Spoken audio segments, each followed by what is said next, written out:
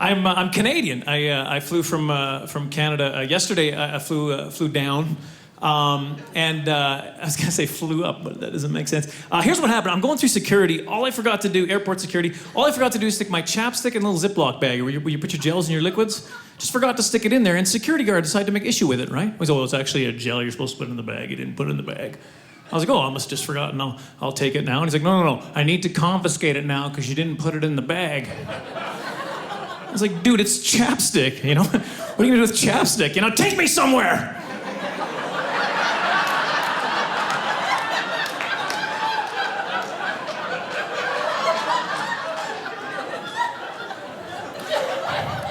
Granted, it did say lip balm on it. Lip balm. It's a lip balm joke. That's, the most stressful thing I find about coming down to work in the States here is the border.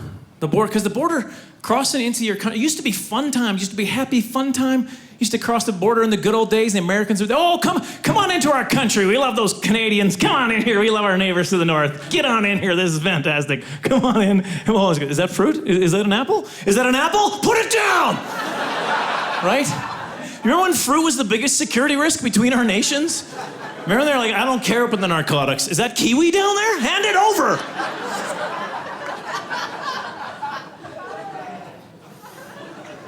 Send him away. It's kiwi. I don't know why I picked kiwi. I thought it would be least offensive. There's some guys from New Zealand in the back. Sorry. But it's changed now. Have you crossed the border lately? Going both ways, Canada or going into the U.S. or going into Canada. They're mad all the time now. They're always mad. I tried to lighten it up last time I went through. The guy's like, "So you're a comedian?" I was like, "Yeah, that's right." So what are you gonna be talking about? I was like, "I don't know. Depends how well this goes."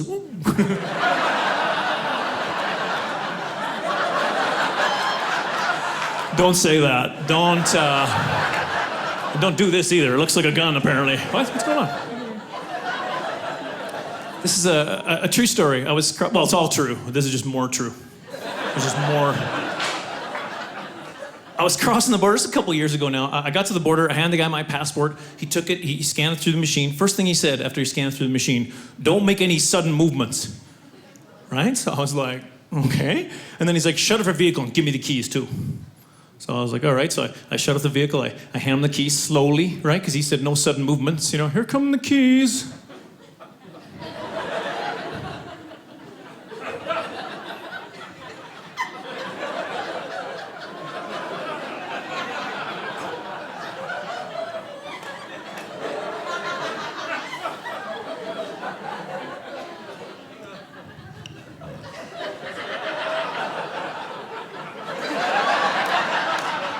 I don't know, I'm crouching down so much right now.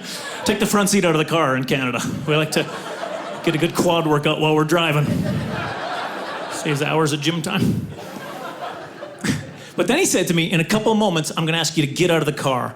And when you do, if you make any sudden movements at all, we're gonna take you to the ground."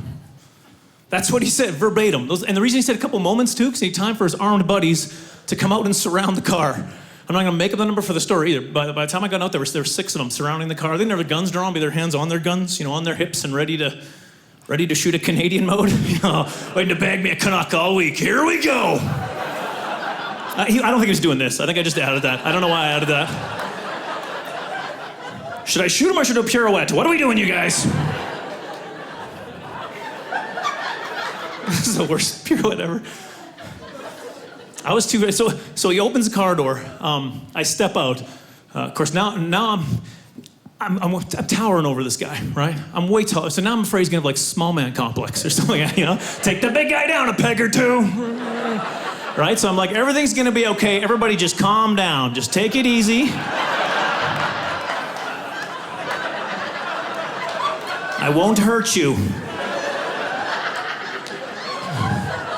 Now, what did you want to say? I made that part up. That's not true. I didn't put him on my shoulder. He was a little bigger than that. But I was freaked out. I was scared. I just went to the back of the car. Like, she shoved me down on the hood in the back. Like, my face was squished on the hood in the back of the car. Right? Well, it's the hood's not on the back of the car, is it? I drive a Porsche, so comedy has been good to me. funnier than you realize. Not that good. So they got me pinned down, they handcuffed me behind my back, they grabbed me with the armed guard, and they take me into the customs office like I was some kind of wanted fugitive or something, right? Now I'm starting to get a little freaked out, right? This doesn't seem like a routine stop anymore, right? Imagine the people behind me, right? Getting a little freaked out themselves, right? They see this car pull up, people jump out with guns, they're a little scared themselves, you know? It's like, eat the fruit, Lois, eat the fruit!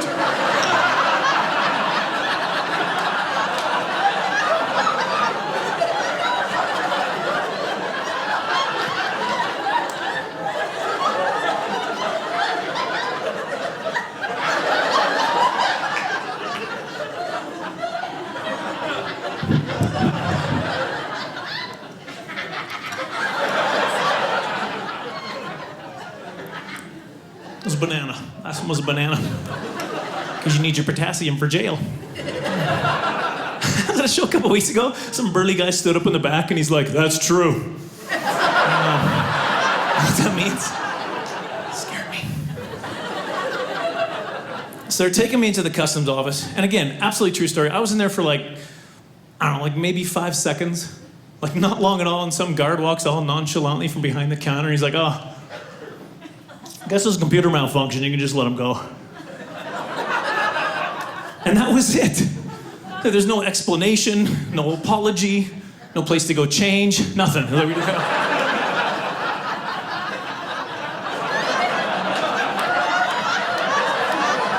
Well, some of that fruit goes through you pretty fast, am I right?